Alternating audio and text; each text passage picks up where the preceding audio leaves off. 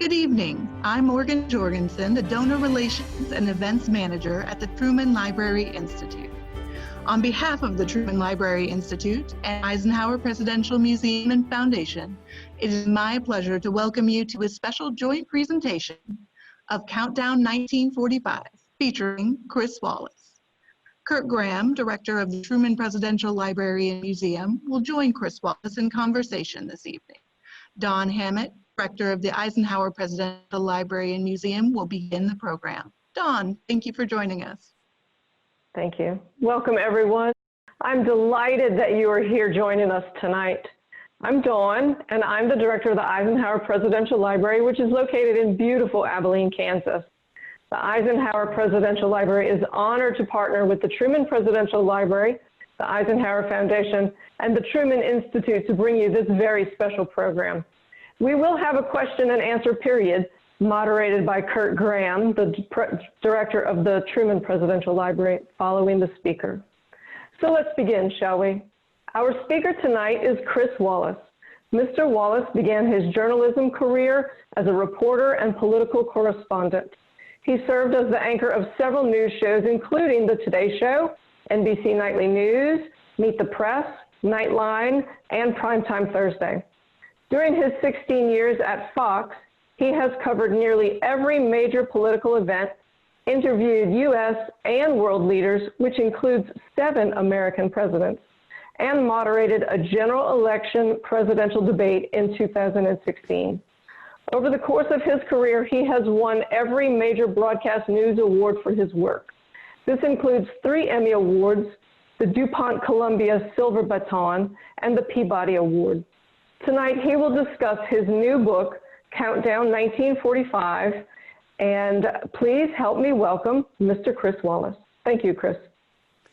Dawn, thank you so much, and I am honored to be with all of you tonight, and thank you for linking in. I had hoped to do this, and I had always saved this particular day. Obviously, it's a day of mixed feelings. It's the 75th anniversary today of the dropping of the bomb on Hiroshima, which obviously was a triumph for America, and the culmination of years of work and millions of man-hours, and it brought the World War II to an end much more quickly than it otherwise would have ended. On the other hand, obviously, there was terrible carnage. Estimates are 135,000 people ended up dying either from the immediate blast or from radiation sickness, and I hope we'll get into all of that tonight. I thought I'd just tell you briefly how this book came about. I had always had the desire, the dream of taking a specific key moment in history and drilling down. I think so much of history is obviously written, but assuming that everybody knows the basic facts, so it's an analysis of how it happened or why it happened. But in fact, when it was happening, the key players didn't know what was going to happen, and they were filled with doubts, they were filled with momentous decisions they had to make, tremendous tension, and a great deal of uncertainty. And I thought, what a wonderful way to tell the story. And I came up with this idea of countdown, that you would literally count down from sort of the beginning of the event until the climax, but I didn't have the event. And that brings me to February of 2019, when it was the day that Donald Trump was going to deliver his State of the Union address, and Nancy Pelosi, the Speaker of the House, invited us up to her hideaway in the House for a uniquely Washington event called a pre-buttal. A pre-buttal, and this happens both parties, when it's a Republican president, a Democratic speaker, and vice versa, is when the Speaker of the House delivers a briefing to reporters. There are about 4 or 5 network anchors of everything that's wrong with the speech the president has yet to give. And this, as I say, both parties do it. And we were in this room, and Speaker Pelosi just happened to mention, parenthetically, it was in this room, she said, at the other end of the table where we were sitting. This had been the hideaway for Sam Rayburn when he was Speaker of the House in the 40s and 50s and 60s. And she said it was in this room that Harry Truman had gotten a call that he had to go to the White House as quickly and quietly as possible, and that he hung up the phone and he said, "Jesus Christ and General Jackson." And I thought, that's my event. And I didn't know then, but it turned out it was 116 days from that day, April 12th, 1945, until 75 years ago today, August 6th, 1945, when the bomb was dropped on Hiroshima. And here you had this man who's been called an accidental president, Harry Truman, who in the course of those 116 days, first of all, had to find out about the bomb and the Manhattan Project, and I suspect I'll be discussing that with Kurt Graham in a second, and then to get himself up to speed and then make momentous decisions. Meanwhile, and while he is trying to figure all this out, and the bomb hasn't been tested. They didn't even know that the bomb would work until July 16th, which is only 3 weeks, 21 days before they ended up dropping it. Meanwhile, the scientists in Los Alamos are trying to make sure that what they call the gadget would work. And meanwhile, you have the flight crew from the 509th Composite Group, which when the bomb was finally given to them on this island in the middle of the Pacific, Tinian Island, 1,500 miles off the coast of Hiroshima, they didn't know what was going to happen when they dropped the bomb. One, would it work? And if it did work, would the shock waves from the explosion knock the plane right out of the sky? So that was the point of the story, was to show it has enormous drama and a lot of surprises and wonderful moments that I didn't know about when I began the project. And I wanted to tell it in effect, real time as it was unfolding and as people faced all of these momentous events and decisions and uncertainty. Now, that takes me to the Truman Library. So in, I think it was August or September of last year, I decided to go to the library. I'd read a lot of the history books that were out there, but I was hoping to get more of an insight into Truman and the inner conversation that was going on as he was facing all of these events. And I remember I went out there and I met with Kurt Graham, who you're all going to be talking to me in a moment. And we had a wonderful conversation. And I had been to presidential libraries, lots of them before, as a tourist to go through and see all the exhibits. I'd never been in the back with all of the archives and all of the records. So he put me in the very accomplished hands of Randy Sowell, an archivist at the library. And I remember saying to him on the first day, you know, I'd written to him beforehand and said the kind of information I was interested in, and he gave me all of these files. I just had never done this kind of work before, and I remember going through all the files all day for hours. And at the end of the day, I really hadn't come up with very much. And I remember going back to my motel room, I don't know, 5-10 minutes away from the library, and being quite depressed and thinking, I don't know what I'm going to get out of this. Well, when I arrived the next day and I said, is there anything that gives more of a sense of what was on Truman's mind? Suddenly, and I have to say, and Randy is the only one who knows whether he was doing it on purpose. Maybe I've always thought maybe there was a little hazing involved.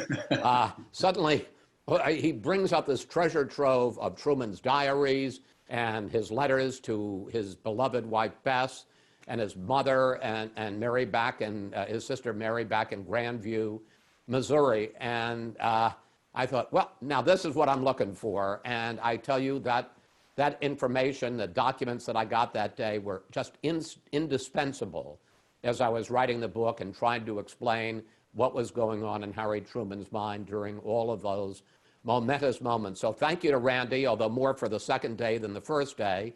Thank you to Kurt. Thank you to Dawn. I am delighted that this is a joint project with the Eisenhower and Truman Library. And as I'm sure we'll discuss, Eisenhower does make a brief appearance in this story, in this book. So with that, Kurt, take it away. Well, thank you, Chris. What a thrill to have you with us. And you're right. You know, these two Midwestern presidents have everything to do with the end of the war, and it's very appropriate that we have you here on this date in particular to mark this occasion for us. As you say, it's a day of great mixed feelings. But I just wanted to let you know that if you had been able to come to Kansas City, we would have done this probably down on the plaza in Kansas City at a venue, probably holding 1,000 or 1,100 people, something like that. Well, I don't know what the numbers are tonight, but I know that registrants and the number of people who said would be watching each of those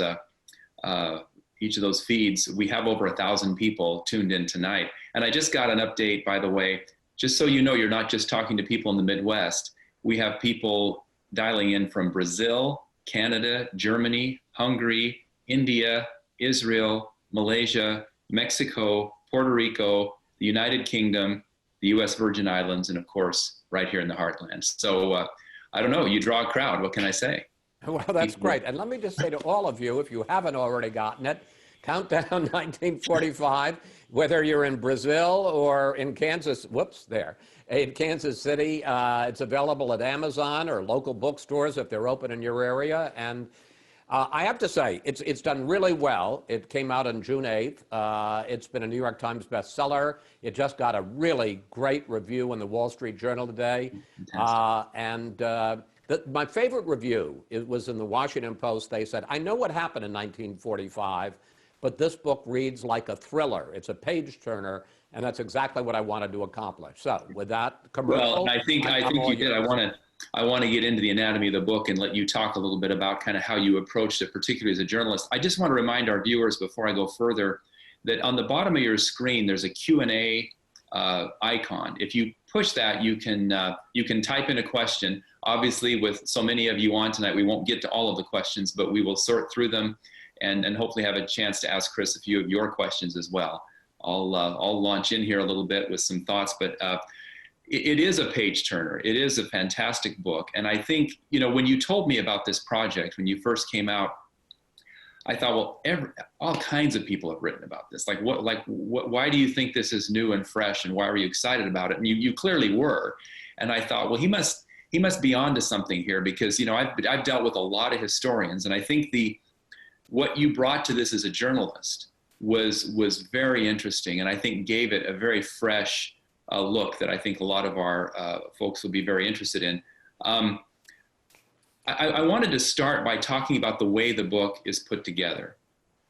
And it's a whole bunch of different perspectives from different kinds of people. You've got military people, you've got scientists, elected leaders, obviously Harry Truman, but other people in high office as well. And then some stories of ordinary Americans, and then you very deftly work in the Japanese perspective as well. Tell me about that. How did you come to think that you would want to have that much breadth, and not just depth on the topic, but you really wanted a variety of perspectives on this important subject? Well, I mean, some of the people were obvious. Obviously, Harry Truman and all of his war cabinet, Henry Stimson, those people were obvious key players in this story. And the scientists at Los Alamos were obvious key players, Oppenheimer and General Groves, the head of the Manhattan Project, and the military, particularly the 509th Composite Unit, which was the specially formed unit which dropped the bomb with Paul Tibbets and his crew. That they were obvious, but there were other perspectives you wanted, or I wanted. I thought one of them was that you know, this was a national effort. It wasn't just an effort, as so many things today are, that just involves the, you know, people in Washington and people in the military.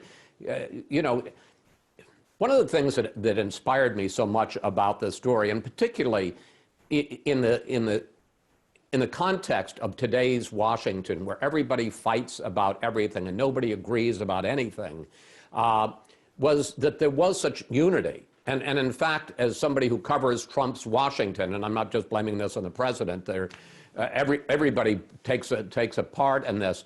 One of the things I found myself loving going back to 1945, when everybody was on the same side, when everybody was coming together in common cause, when Americans just wanted to do their part. And one of the things that I've thought a lot about in researching and writing, and for the last couple of months in talking about the book, is in the Manhattan Project, 125,000 people in Oak Ridge, Tennessee, in Los Alamos, in Wendover, Utah, in Hanford, Washington, were working for 2 years on this project, and not a single word of it ever leaked. And I thought, you know, how different that is from today, where if you had 125,000 people working on a secret project to bake a new kind of apple pie. By day 3, somebody would have appointed himself a whistleblower and said how outrageous this is. There was just this sense of national unity. So I wanted to tell the story of the home front. And, we came up with this extraordinary figure, Ruth Sisson. And what's extraordinary about her, in a sense, is she's not extraordinary at all. She was a 19-year-old girl. She lived in Tennessee. She saw that there was work to do at this secret plant in Oak Ridge. She didn't really know or understand, but it was a defense project and it paid a good salary, and so she went to work there. And she ended up being one of the so-called Calitron girls. And the Calitron were these huge machines, almost floor to ceiling, like those early IBM computers. And there were a bunch of young women, late teens, early 20s, and they would be all day, they would spend fiddling with knobs to make sure that the needles didn't go into the red. What they didn't, and they had no idea what they were doing. What they were doing was they were enriching uranium and creating the isotope U-235, which was obviously the fuel for the atom bomb. What made her story so dramatic, and what really furthered, I think, the whole choice that Truman had to make, was the fact that her boyfriend, later her husband, when he came back, was an Army medic named Lawrence Huddleston. And he had seen some of the worst action in Europe. So very early in the story, after April 12th, on May 8th, the Germans, the Nazis, surrender, and all she wants is for Lawrence Huddleston to come home. But, of course, the war in the Pacific is still going on, and she's terrified. And in fact, plans were made that, and in some, in fact, were sent, that thousands, tens of thousands of American troops who had survived the war in Europe were going to now have to go and fight in Japan in an even bloodier conflict. So that helps create the sense of the stakes, because that's the choice that Truman faced. I know this sounds, maybe it sounds terribly naive that I didn't know this. It wasn't drop the bomb or do nothing. It was drop the bomb or invade Japan. And there were plans to invade Japan by November, at the very latest, of 45, and the estimates were it was going to go, the war would go on until November of 46. So as we're talking the summer of 45, another year and a half, and the projections were between 250,000 and 500,000 American casualties and 1 million Japanese casualties. So Ruth Sisson's boyfriend, Lawrence Huddleston, was a possibility that he was going to end up in the Pacific and be one of those casualties if they went ahead and invaded. Right, right. No, it's a great story, and one that you don't read in any of the other books about this topic that are looking, at policy and military strategy and that kind of thing. But you've already kind of hit on this this notion of the invasion and the numbers and the information that Truman was getting at different times versus dropping the bomb. Because today you get a lot of people who argue, well, dropping the bomb was horrible because it killed so many people at once.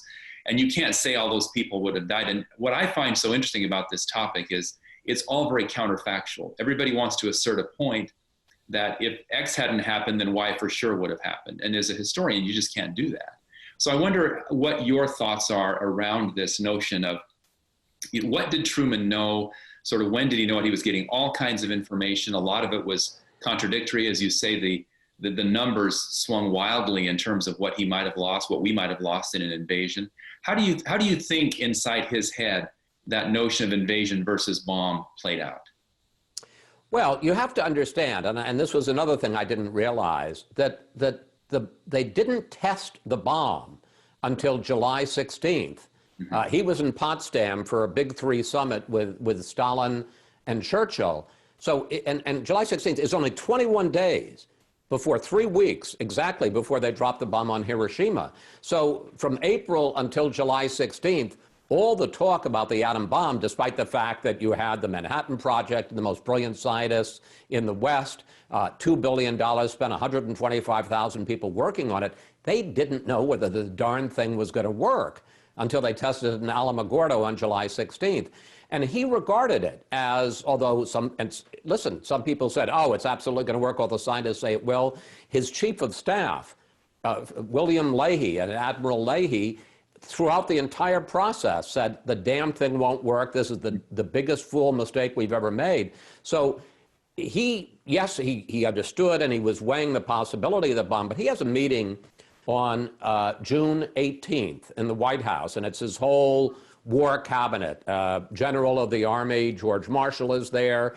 Secretary of War Henry Stimson is there. James Forrestal, the Secretary of the Navy, a bunch of people. And the meeting goes an hour. And for the better part of the hour, the only discussion is about invading. And Marshall, they talk about the casualties, they talk about how long the war is going to go on. Marshall has this amazingly precise number. As he says, I'm going to need 766,700 troops. I don't know what he thought the 700 troops were going to do, but there's 750,000 troops that he wanted to do the war, and at the end, to conduct the invasion. At the very end, there was a fellow there named John Mccloy. John Mccloy was probably the most junior person in the room. He was an assistant secretary of war, but he was a very distinguished lawyer. Stimson thought the world of him. And he was a troubleshooter. He ended up becoming the High Commissioner to Germany after the war. He became the head of the World Bank, and he was a member of the Warren Commission that investigated the assassination of John F. Kennedy. So that gives you a sense of what a serious man this was. They're about 45, 50 minutes into this hour meeting, and Truman, and this is one of the things that really impressed me about him, he sought out all the information. He wasn't scared of it. There was no groupthink. And he turns to Mccloy and he says, nobody gets out of this room until you tell me what's on your mind, because he hadn't talked. And he turns to Stimson, Mccloy does, like, can I? And Mccloy says, Stimson says, sure, go ahead. And he says, well, I think we ought to have our heads examined if we don't discuss the bomb. That was the first minute that there had been any discussion of the bomb at all in this entire meeting. And they were all shocked. All of them had been briefed. All of them knew about the bomb. But it was like, you know, it was a little bit like the movie Fight Club. The first rule of Fight Club is nobody talks about Fight Club. The first rule about the bomb before July 16th is people didn't talk about it.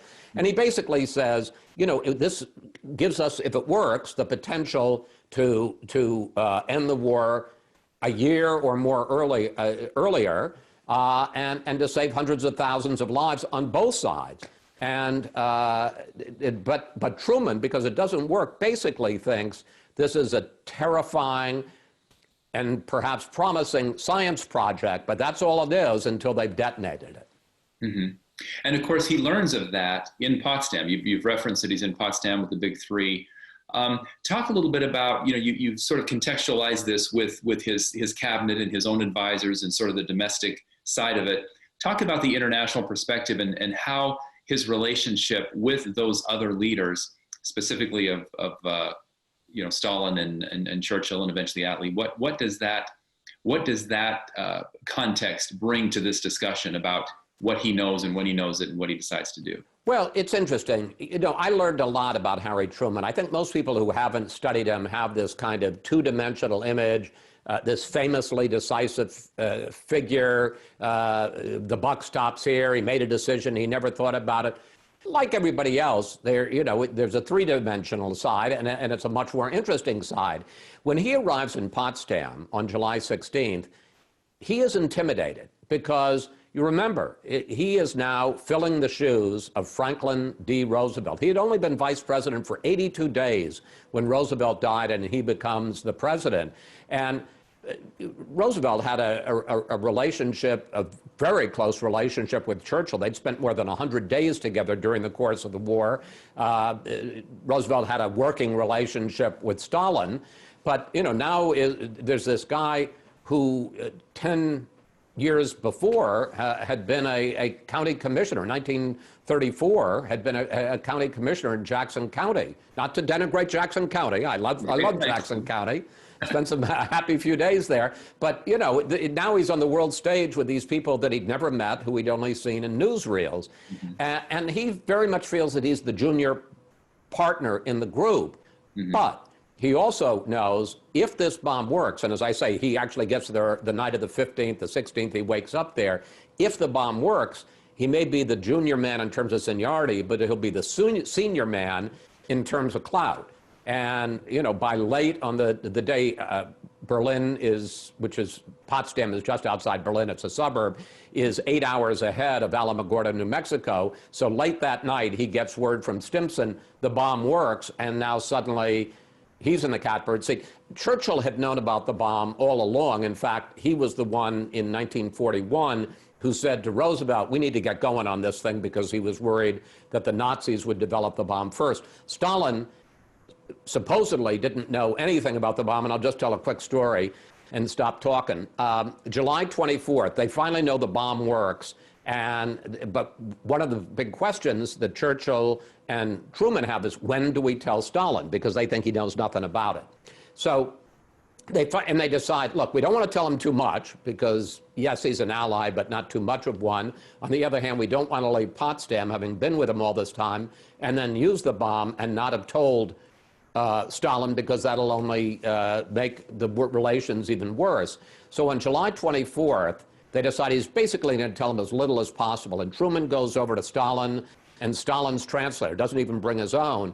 And he says, I need to tell you about an immense project that has just succeeded in developing a weapon of indescribable power.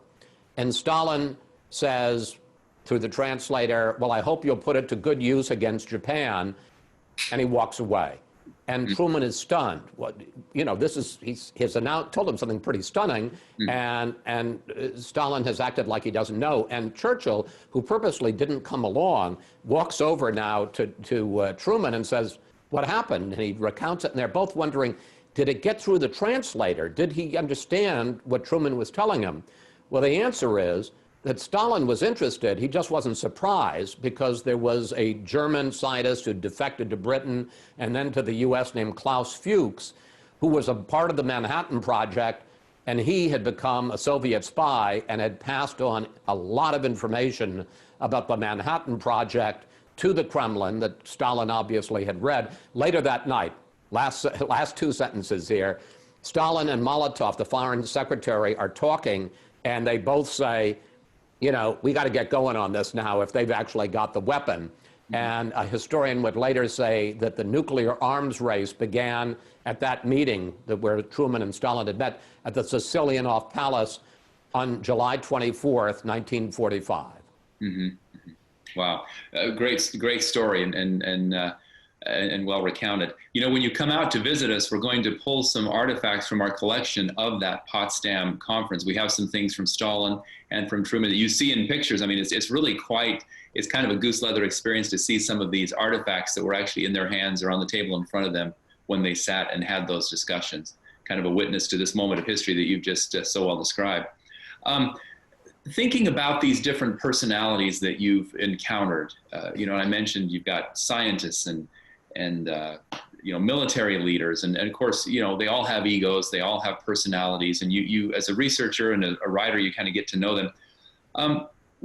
Which of these personalities stand out for you? You know, whenever you write something as a historian, you always think, who would you most like to meet? Who would you most like to know if you could have been a fly on the wall or you know, been in their orb, and why? What is it that stands out about any of these folks? Well, I think I hesitate not to say Truman, since I'm talking to the director. We'll let you have two. We'll let you have two. You can talk about Truman. Well, Truman, obviously, but you know, the thing about Truman is I'm thinking about it more as a reporter. Let me say, who would I most like to meet? Who would I most like to interview? And I think, you know, the problem with Truman is he never expressed any doubts about this. He said, I understand the stakes and I understand, but you know, this saved tens of thousands. At one point he writes in his diary, I think the flower of American youth is worth a couple of Japanese cities. And, you know, that was his calculation, and a perfectly sensible one for a president in the midst of a war to make. I think the person that fascinates me the most, and also there's more, you know, there are more gaps in terms of what, or variation in terms of what he thought, would probably be Robert Oppenheimer. Robert Oppenheimer was the scientific director of the project, and a wonderfully colorful guy. He was a brilliant theoretical physicist. He was 6 feet tall, weighed 135 pounds. As we say in the book, he was slender to the point of emaciation. He spoke 6 languages, and he learned Sanskrit so he could read the Hindu devotional poem, the Bhagavad Gita, in the original Sanskrit. And he was absolutely brilliant. He used to teach at Berkeley in the north of California and California Institute of Technology in Pasadena. And students would literally, one semester each, would shuttle back and forth so they could just hear his lectures, which would be sprinkled with literary references and Shakespeare and all kinds of things. And he was thought of as being famously dismissive, that he, as soon as he got the first grasp, and he was so brilliant, he got the first grasp very quickly. What somebody was saying, he would dismiss them and be very rude. So much so that when he was named the scientific director of the Manhattan Project, there were 8,000 people inside the secure fences of Los Alamos. One of his colleagues said he couldn't manage a hamburger stand. Well, in fact, he turned out to be a brilliant manager and administrator, and he had to ride herd because you had Leslie Groves, who was the general in charge of the Manhattan Project, who was a bulldozer of a man and was constantly pushing the scientists to meet deadlines, and sometimes scientific discoveries don't go by deadlines, and viewed all of the scientists as impossible prima donnas. So he had to ride herd on the one hand, keeping Groves satisfied, while on the other hand protecting his scientists. Famously, I talked before about the detonation of the bomb on July 16th in the vast desert of Alamogordo, New Mexico. Famously, when the bomb exploded, he quoted the Bhagavad Gita, and he said, "Now I become death, destroyer of worlds." I mean, boy, would you like to talk to somebody who that was his instant reaction to it? And he was quite proud of what they accomplished, but he was riven with second thoughts afterwards. And in fact, I'll tell a quick story that in October of '45, just 3 months after, or 2 months after the detonation of the bomb, the dropping of the bomb on Hiroshima, he goes to the White House to meet with Truman for the first time. And as I say, filled with these second thoughts, he says, "Mr. President, I feel I have blood on my hands." And Truman, who doesn't have much truck for this, says, "Don't worry about it. I have the blood on my hands." And he couldn't wait to get Oppenheimer out fast enough. And then he turned to his staff and he said, "And I never want to see that son of a bitch in this office ever again." That sounds like Harry Truman a lot. Yeah, it's not bad. That sounds like something he would have said. No, I've read that story as well. No, and I think that he did not want people to feel guilty about their participation in it. But even though there were a lot of people involved in that, and the momentum was already well underway before Truman came on board, nevertheless, I think he wanted to take ownership of it and not have anybody feel like they had done anything that they later had to regret. Speaking of regrets, one of the questions that we often get around this topic of the bombs, and one of our viewers tonight, I've been combing through some of the questions, and someone has asked, what about the second bomb? What about Nagasaki? Why did there have to be, or did there have to be, a second bomb? And what, as you sort of unpack this story, what are your thoughts about that, about why there had to be further devastation after Hiroshima?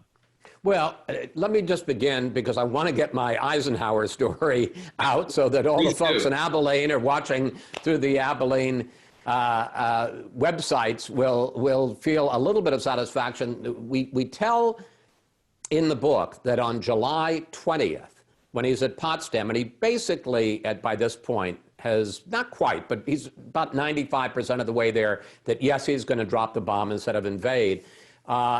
Truman, who's getting very frustrated with a conference because nothing's getting done, and this is a man who, rushed to make decisions, and he's there with Stalin, who's giving up nothing about Eastern Europe, and Churchill, who was kind of a spent force by that point, and he's very much hating where he is. He invites General Eisenhower and Omar Bradley to lunch, and they're sitting there having lunch, and obviously Eisenhower, the hero of the victory in Europe, and Bradley doesn't say anything about this. They're just talking about things, and Bradley and he get along very well because Bradley is from Missouri, so they got along just fine. And Eisenhower decides, he had been told just a few days before that the bomb had been tested, was ready to go by Stimson, and said that he felt a great depression about it. And he decides, without being asked, he decides to offer to Truman that he thinks that he should not drop the bomb because, one, he believes that the Japanese are finished and they'll surrender anyway, and two, because he thinks that it will hurt America's moral standing in the world if they are the first country to unleash this horrific weapon of mass destruction. So he advises them not to. And I will say, he sticks with that for even, throughout the years, even past his presidency in the early 60s. He continues to say they shouldn't have done it. The reason I wanted to tell that story is because this gets to the question of surrender.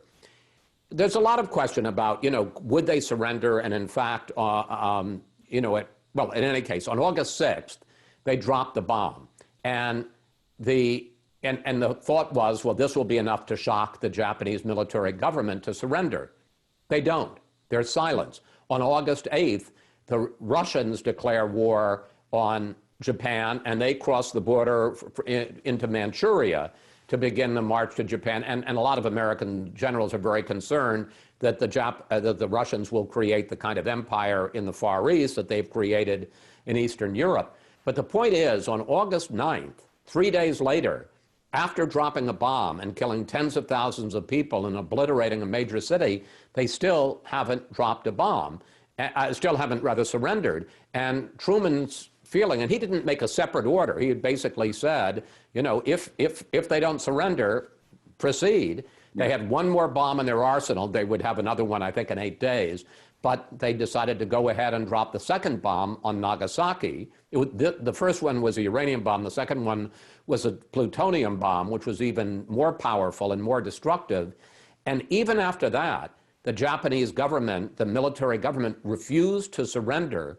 And it was Emperor Hirohito who had to go over the Japanese government and deliver a radio address to the Japanese people. The first time almost any Japanese citizen had ever heard the voice of Hirohito, to say that, this is going to destroy Japan and obliterate civilization, and that we need now to press for surrender. So when people say, well, if they hadn't dropped the bomb, they would have surrendered. They did drop a bomb, and they didn't surrender. And then they had to drop a second bomb, and they still wouldn't have surrendered if it hadn't been for Hirohito. So the surrender option, might it have happened at some point? Yes, but I think there would have been a lot more bloodshed and probably an invasion of Japan before it had happened, and which again brings us back to Ruth Huddleston and Ruth Sisson, later married, and Ruth Huddleston, and her husband Lawrence, who was headed to the Pacific, who incidentally, I forgot to tell the best part of the story.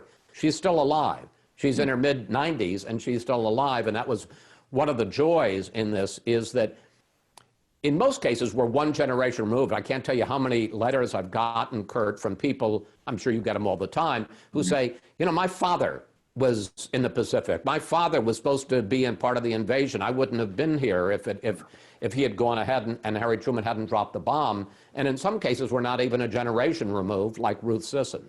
Mm-hmm.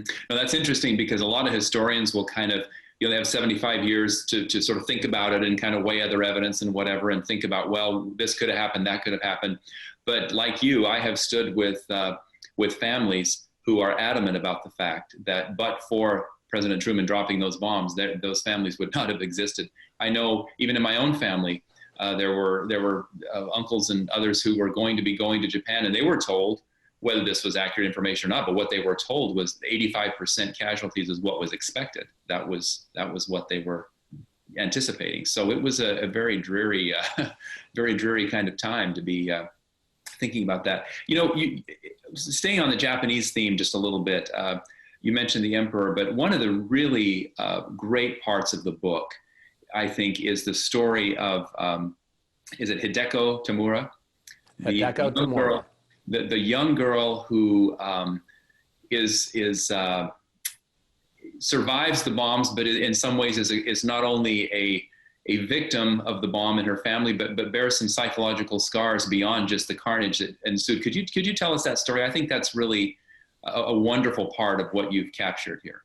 Well, just as we wanted to give the sense of the home front and the stakes of people who had loved ones, relatives in Europe, and they might now be shipped to an invasion in Japan, we wanted to tell the story of Japan. And we found this person who also is still alive. At the time of the bombing, she was 10 years old, Hideko Tomoro. She was a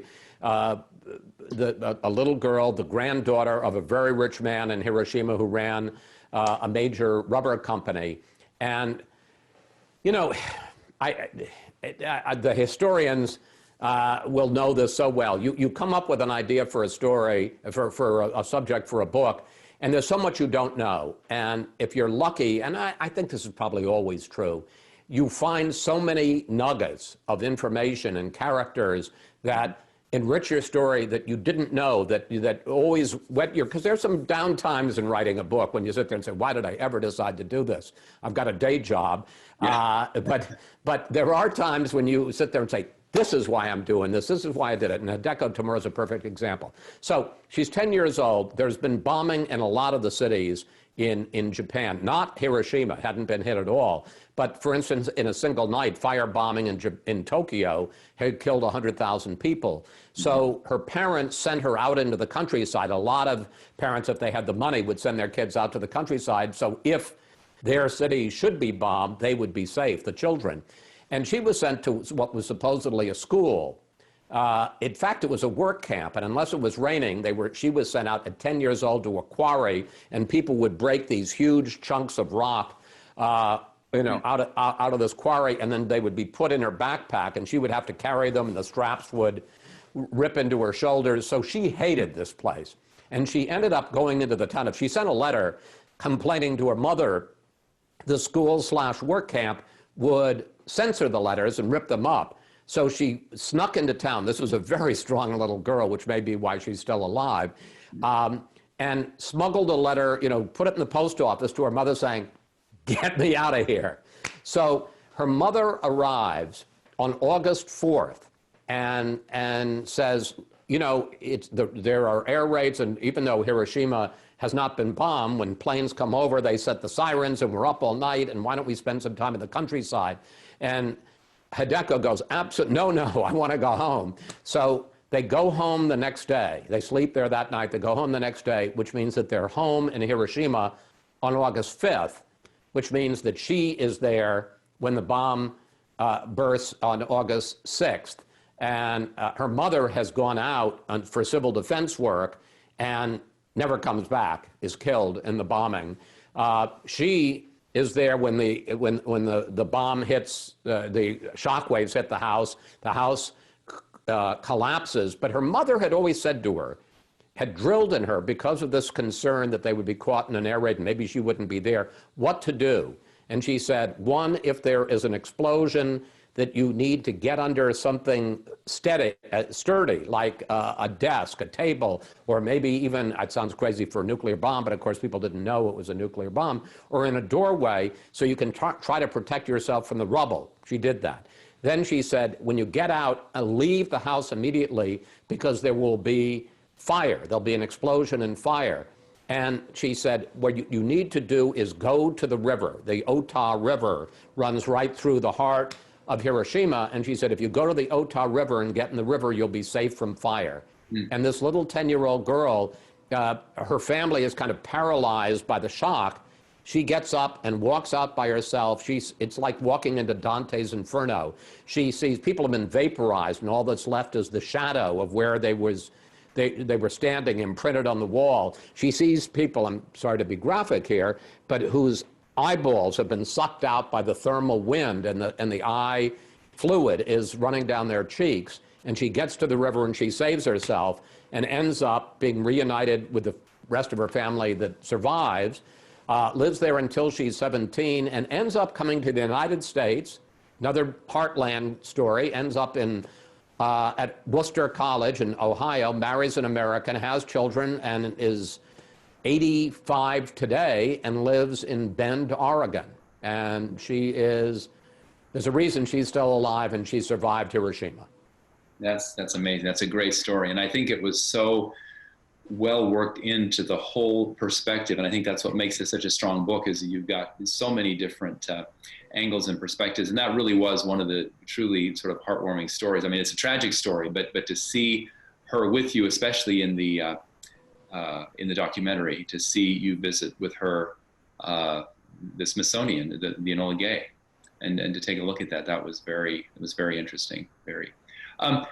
There's one of our viewers is asking if you know anything about the way the Japanese teach the bombing to their students versus the way American school children might encounter this in history books. Do you have any sense of how differently the Japanese today perceive this event versus how Americans do? You know, I really don't. I do know a few things. I know, and there were ceremonies today at the Peace Dome, which was a big office building in Hiroshima, and it had a dome on it. And I'm sure a lot of you have seen, because all that's left is kind of the skeleton of the dome, and that was almost a ground zero of this concrete building.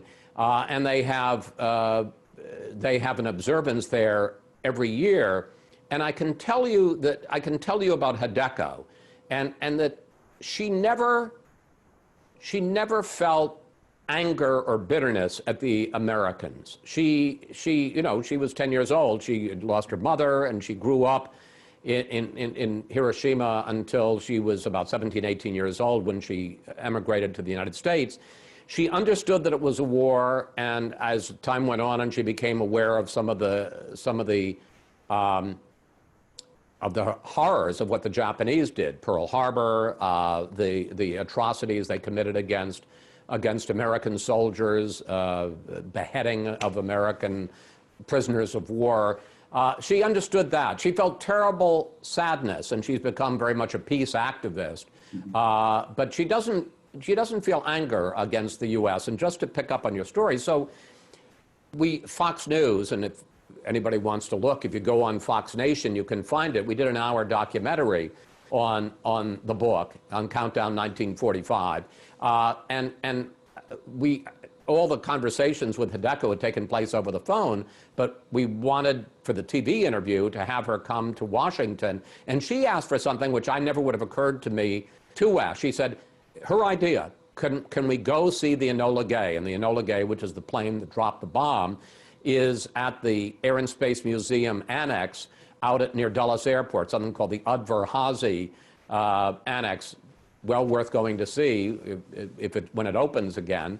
And there it is, all shined up. And I was a little fearful and certainly wondering what a reaction would be. And it was very prayerful, but almost like seeking closure and peace, not railing against this weapon of destruction that had so dramatically changed her life.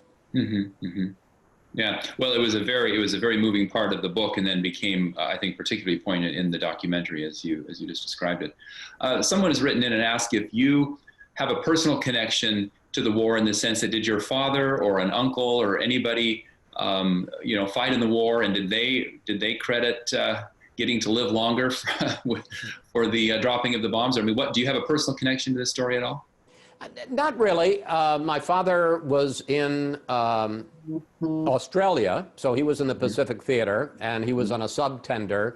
I can't say that he ever particularly mentioned the bombing and that it had saved his life. He wasn't with the forward combat troops, so I don't know that he was about to have to invade Kyushu, the southernmost island. But certainly not a family connection. I was certainly aware. I mean, I was born in 1947, so I was a kid in the 50s, and at a time when nuclear weapons were much more sort of a part of our lives than they are now.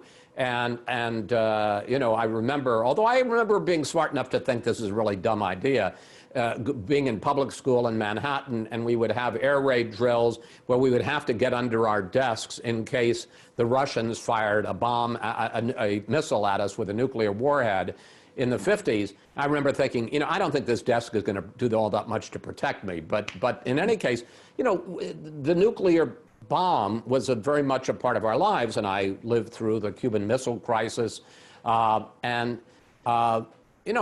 nuclear devastation and nuclear attack was, was something very much at the forefront of anybody's mind who lived through the height of the Cold War then.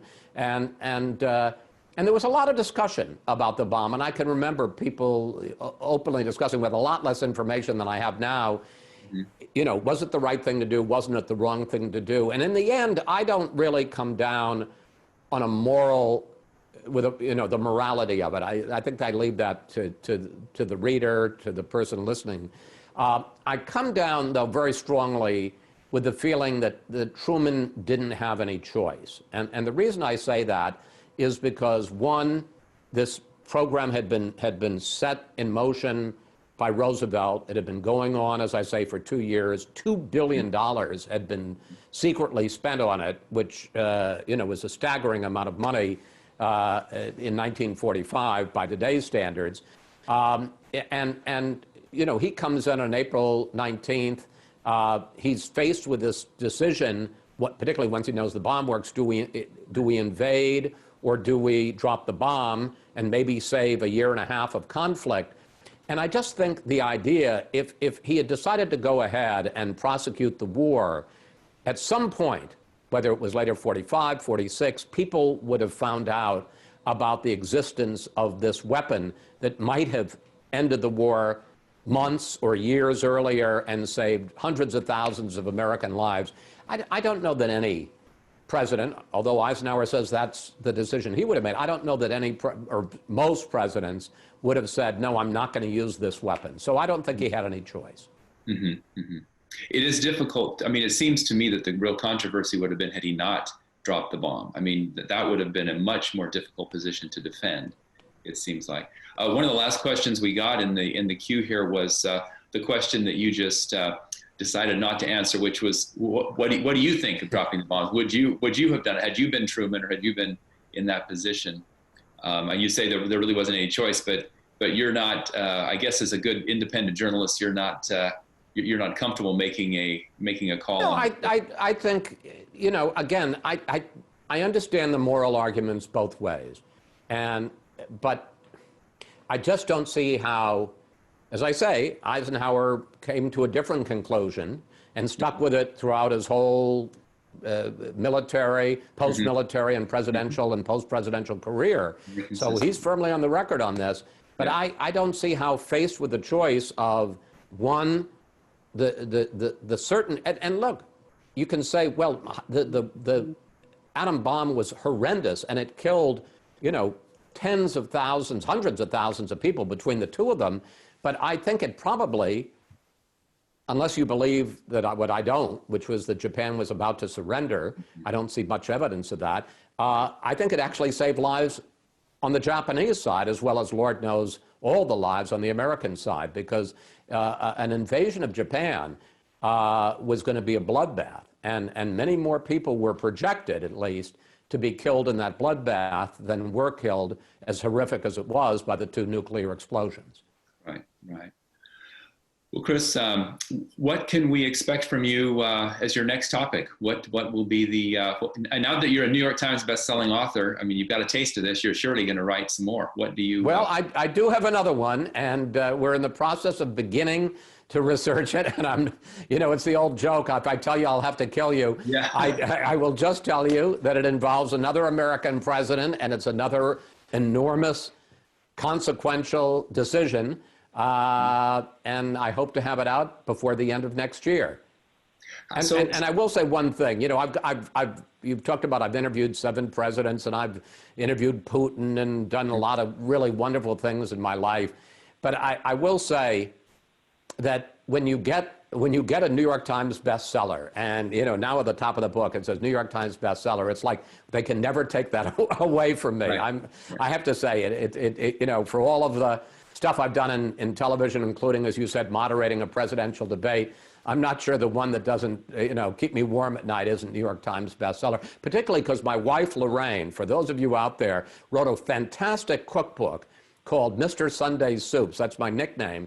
And at work. And she was a New York Times bestseller for years, for I think 8 years, the people would say, I would have to say, well, we have one New York Times bestseller between us, hers, and now we have his and hers, so we have a matching set. Oh, that's great. That's good.